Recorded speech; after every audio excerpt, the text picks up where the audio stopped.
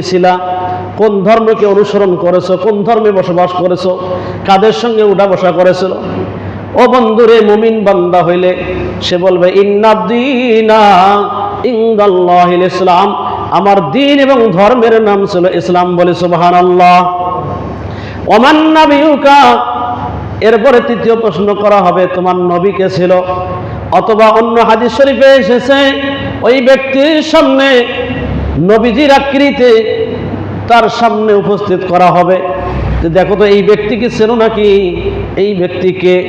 মুমিন ব্যক্তি যদিও কোনোদিন নবীকে দেখে নাই, তারপরে ওই নবীজির স্মৃতি দেখলেই, কারণ নবীজির চেহারা, নবীজির সুরত কোনো ব্যক্তি নকল করতে পারে না, এমনকি শয়তানও নকল করতে পারে না। বিশ্ব নবী মুহাম্মদ সাল্লাল্লাহু আলাইহি সাল্লামের দৃশ্য যখন তার সামনে উপস্থিত করা হবে, সঙ্গে সঙ্গে মুমিন ব্যক্তি বলবেন ইনি হলেন আমাদের নবী জনাবে মুহাম্মদুর রাসূলুল্লাহ সাল্লাল্লাহু আলাইহি সাল্লাম, ইনি আমাদের নবী। বলে সুবহানাল্লাহ। মুমিন ব্যক্তিরা যখন এইভাবে তিনটি প্রশ্নের জবাব দিবে বন্ধুগণ, মানুষের মৃত্যুর পর প্রথম ঘাটি হলো কবর, প্রথম মঞ্জিল হলো কবর। এই প্রথম মঞ্জিল, প্রথম ঘাটিতে তিনটি প্রশ্ন সবাইকে করতে হবে। যে গরিব, যে ধনী, রাজা বাদশাহ, ফকির ফকরানি, রিক্সা চালক, ভ্যান চালক, আইসক্রিম বেকা, বাদাম বিক্রি করাতা, যত শ্রেণীর লোক আছে সমস্ত শ্রেণীর লোককে কবরে যাওয়ার পর এই তিনটি প্রশ্ন করা হবে। এই তিনটি প্রশ্নের উত্তর যারা যথাযথভাবে দিতে পারবে, স্বয়ং আল্লাহ তাআলা আওয়াজ দিয়ে বলবেন, হে ফেরেশতারা, আমার বান্দা সত্য সত্য বলেছে, আমি তাদের রব, তাদের ধর্ম ছিল ইসলাম, তাদের নবী ছিল মুহাম্মদ সাল্লাল্লাহু আলাইহি সাল্লাম। তিনটি প্রশ্নের জবাব দেওয়ার পরে আল্লাহ তাআলা ঘোষণা করবে, হে ফেরেশতা, আমার বান্দা তো সত্য সত্যই জবাব দিয়েছে, তোমরা তাড়াতাড়ি করে জান্নাত থেকে কবর পর্যন্ত আমার জান্নাতের একটা দরজা, জান্নাতের একটা খিড়কি তোমরা খুলে দাও। বলে সুবহানাল্লাহ। হে ফেরেশতা, তোমরা জান্নাতের বিছানা তার কবরে বিছায় দাও, জান্নাতের পোশাক তাকে পরিধান করাইয়া দাও, জান্নাতের গালিচা দিয়া দাও, আরামায়েশের সবকিছু কবরে দিয়ে দাও। আর আমার বান্দা অথবা বান্দিকে তারা তোমরা ঘুমাইয়া দাও। এক ঘুমে যেদিন কিয়ামত হবে, সবাই উঠতে হবে, সেই দিনে সে ঘুম থেকে উঠবে। বলে সুবহানাল্লাহ। আমার বন্ধুগণ, যারা এই তিনটি প্রশ্নের প্রথম মঞ্জিলে জবাব দিতে পারবে, তার কবরটা শুরু থেকে শেষ পর্যন্ত জান্নাতের টুকরায় পরিণত হবে। বলে সুবহানাল্লাহ। আর যারা এই তিনটি প্রশ্নের জবাব দিতে পারবে না, উত্তর দিতে পারবে না, আল্লাহর নবী মুহাম্মদ সাল্লাল্লাহু আলাইহি সাল্লাম বলছেন তাদের অবস্থা সব উল্টা হয়ে যাবে। তখন জাহান্নামের ফেরেশতারা আগুন দ্বারা তৈরি মোটা মোটা চট লইয়া উপস্থিত হবে, ওই জাহান্নামের বিছানা বিছাইয়ে দেবে, জাহান্নামের পোশাক পরিধান করাইয়া দেবে। কবরের আযাব শুরু হয়ে যাবে, একটার পর একটা কবরের আযাব চলতে থাকবে, কবরে অশান্তি দাঁড়ায় যাবে। কাফের মুশরিক বেঈমানদের কবরের অবস্থা চূড়ান্ত হয়ে যাবে। অর্থাৎ মুমিনদের জন্য প্রথম মঞ্জিল কবর হলো জান্নাতের টুকরা। বলে সুবহানাল্লাহ।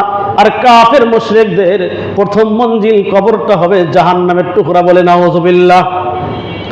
আল্লাহর নবী জনাবে মুহাম্মদ রাসূলুল্লাহ সাল্লাল্লাহু আলাইহি সাল্লাম বলছেন, যখন এইভাবে ওই ব্যক্তিকে শোয়ানো হবে, এরপরে হাসরের ময়দানে আল্লাহ রাব্বুল আলামিন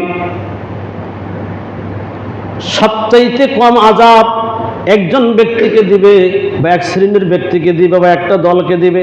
সবচাইতে লঙ্ঘ, একটু ছোট, সবচাইতে কম শাস্তি, কম আযাব। মুহাম্মদ সাল্লাল্লাহু আলাইহি ওয়াসাল্লাম বলছেন ওই সমস্ত ব্যক্তিদেরকে সবচাইতে নাকি ছোট ধরনের আযাব দেওয়া হবে, শাস্তি দেওয়া হবে। তাকে একজোড়া চশমা বা একখানা চশমা পরিধান করানো হবে, অথবা একজোড়া জুতা বা স্যান্ডেল তার পায়ে পরিধান করানো হবে। যখন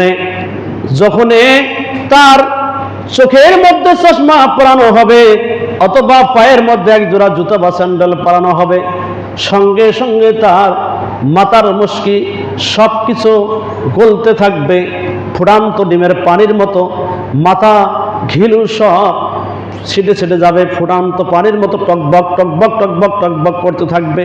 এইভাবে আযাব শুরু হয়ে যাবে। ওই ব্যক্তি মনে মনে ধারণা করবে যে হায় আল্লাহ, আমার মনে হয় পৃথিবীর সব মানুষের চাইতে আমাকে বেশি শাস্তি দেওয়া হচ্ছে, আযাব দেওয়া হচ্ছে।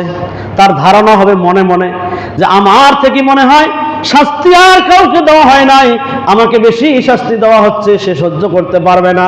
অথচ রাসূল সাল্লাল্লাহু আলাইহি সাল্লাম বলছেন ওর থেকে নিম্ন আযাব আর কারো হবে না, সবচাইতে নিম্ন শাস্তি ছোট শাস্তি হবে যে আগুনের তৈরি জুতা পরানো হবে অথবা চশমা পরানো হবে, সঙ্গে সঙ্গে তার মাথার মগজ টকবক টকবক করে ফুটতে থাকবে, তার অবস্থা এরকম হয়ে যাবে।